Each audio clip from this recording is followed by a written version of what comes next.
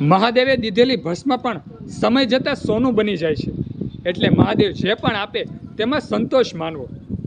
શિવ ભક્તો, મહાદેવે આપેલી ભસ્મ સમય જતાં સોનું બની જ જાય છે, તેમાં કોઈ શંકાને સ્થાન નથી। સુંદર વર્ણન છે, ભસ્મની કિંમતનું વર્ણન છે, સુંદર એવો પ્રસંગ છે। દેવી ગિરજા, માતા પાર્વતી, પાર્વતીનું બીજું નામ એટલે ગિરજા। દેવી ગિરજા અને મહાદેવ કૈલાસ પર્વત પર બેઠા હતા।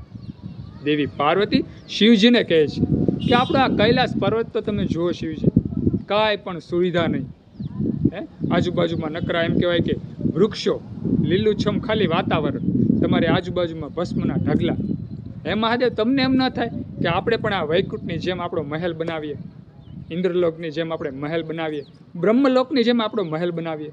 તમે જુઓ કે જે વિષ્ણુલોક છે, ભગવાન વિષ્ણુનો જે લોક છે, ઘર છે, સોના રૂપાથી મઢેલું છે। બ્રહ્મલોક જુઓ કે આખો બ્રહ્મલોક એકદમ સફેદ શ્વેત રંગોથી સુશોભિત છે। મહાદેવ, તમને એમ ના થાય કે આપણો મહેલ પણ આવો હોય? ઇન્દ્રલોક જુઓ, તમામ સુવિધા, એમ કહેવાય કે આમ શણગારેલું અદ્ભુત તેવો ઇન્દ્રલોક છે। મહાદેવ, તમને ન થાય કે આપણે પણ આપણો કૈલાસ પર્વત આવો બનાવીએ? આ ભસ્મના ઢગલા તમે જુઓ તો ખરી, આ ભસ્મની કિંમત શું છે? ત્યારે મહાદેવ પાર્વતીને કહે છે, શિવ ભક્તો ખાસ સાંભળજો, અહીં મહાદેવ પાર્વતીને કહે છે કે તમે આ ભસ્મની કિંમત હજી જાણતા નથી। ત્યારે દેવી કહે છે, શું છે આ ભસ્મની કિંમત, શું છે મને કહો। ત્યારે મહાદેવ કહે છે, ચપટી ભસ્મ લઈ અને દેવી પાર્વતીને આપે છે। એક ચપટી ભસ્મ દેવી પાર્વતીને આપે છે અને કહે છે કે જાઓ, તમે વિષ્ણુલોકમાં જાઓ અને આ ભસ્મની તોલે તમે સોનું લઈ આવો, ઘરેણાં લઈ આવો, આભૂષણો લઈ આવો, હીરા માણેક લઈ આવો, આ ભસ્મની તોલે। દેવી પાર્વતી એમ કહેવાય કે વિષ્ણુ ભગવાન પાસે જાય છે, વિષ્ણુલોકમાં જાય છે અને વિષ્ણુ ભગવાનને કહે છે, માં ગિરજા, માં પાર્વતી ભગવાન વિષ્ણુને, ભગવાન નારાયણને કહે છે કે મને સોનું આપો। એટલે પ્રથમ તો વિષ્ણુ ભગવાન એમ કહે છે કે દેવી, તમારે સોનાની શી જરૂર? આખા જગતનું મૂળ શિવ તમારી પાસે છે, તમારું અડધું રૂપ છે, તમારે સોનાની શી જરૂર પડી? વિષ્ણુ ભગવાન આ લીલા સમજી જાય છે મહાદેવની, માતા પાર્વતીને અહીં સમજાવવા માગે છે, તોય છતાં પાર્વતી માનતા નથી કે નહીં, મને આ ભસ્મની તોલે તમે સોનું આપો। ભગવાન નારાયણ આ લીલા જુએ છે, એક ત્રાજવે, બે ત્રાજવા હોય છે, એક ત્રાજવામાં ભસ્મ મૂકે છે અને બીજા ત્રાજવામાં નારાયણ એમ કહેવાય કે આખા કુબેરનો ખજાનો મૂકી દે છે, છતાં પણ ભસ્મનું પલડું અધર નથી થતું।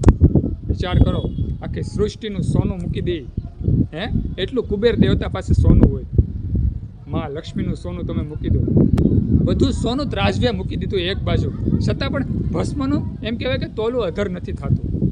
આ કિંમત છે ભસ્મની। એટલે ભગવાન મહાદેવ છે ને, તે સર્વ દેવતાનું મૂળ છે, સર્વ દેવતાથી મોટા છે અને તેની ભસ્મ છે ને, તે ભગવાન શિવજીનું એક ઘરેણું છે અને તે ઘરેણું જો તમે લલાટે લગાડી દો ને, તો એમ કહેવાય કે બીજા ઘરેણાની જરૂર નથી પડતી, સમસ્ત ઘરેણા ફીકા લાગે છે।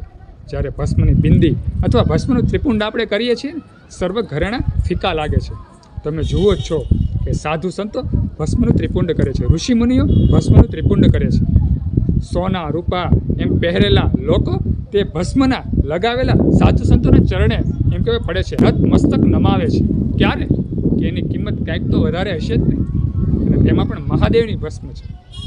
ભગવાન મહાદેવ તો ચોખ્ખું કહે છે કે આ જે બધી માયા છે ને, તે માયા પૂર્ણ થાય ને ત્યાર પછી ભગવાન મહાદેવની માયા શરૂ થાય છે, ત્યારથી ભગવાન મહાદેવને એમ કહેવાય કે તેનું જીવન શરૂ થાય છે। એટલે હંમેશા ભલે આપણે જીવનમાં આવ્યા છીએ, આ સંસારમાં આવ્યા છીએ, ભગવાન મહાદેવે આપણને જે પણ આપે છે તેમાં આપણે સંતોષ માનવો, કારણ કે ભગવાન મહાદેવને ખબર જ છે કે આ જીવને ક્યારે કેટલું આપવું, અને જે માનવ સંતોષી બની જાય છે, જે પણ ભગવાન આપે છે તેમાં સંતોષ માને છે ને, તે હંમેશા સુખી થાય છે। તો હંમેશા ભગવાન મહાદેવ જે આપે તેમાં સંતોષ માનવો, કારણ કે મહાદેવે દીધેલી ભસ્મ પણ સમય જતાં સોનું બની જાય છે। બસ તે સમયની આપણે વાટ જોવાની છે। તો સુંદર આ વિડીયો ગમ્યો હોય તો વિડીયોમાં લાઇક આપજો, કમેન્ટમાં હર હર મહાદેવ, ઓમ નમઃ શિવાય, જય શિવ શક્તિ લખજો, અને આ વિડીયો બીજા હિન્દુ સનાતન ધર્મના લોકોને શેર કરી દેજો। બધા શિવ ભક્તોને, હિન્દુ સનાતન ધર્મના લોકોને મારા હર હર મહાદેવ, ઓમ નમઃ શિવાય।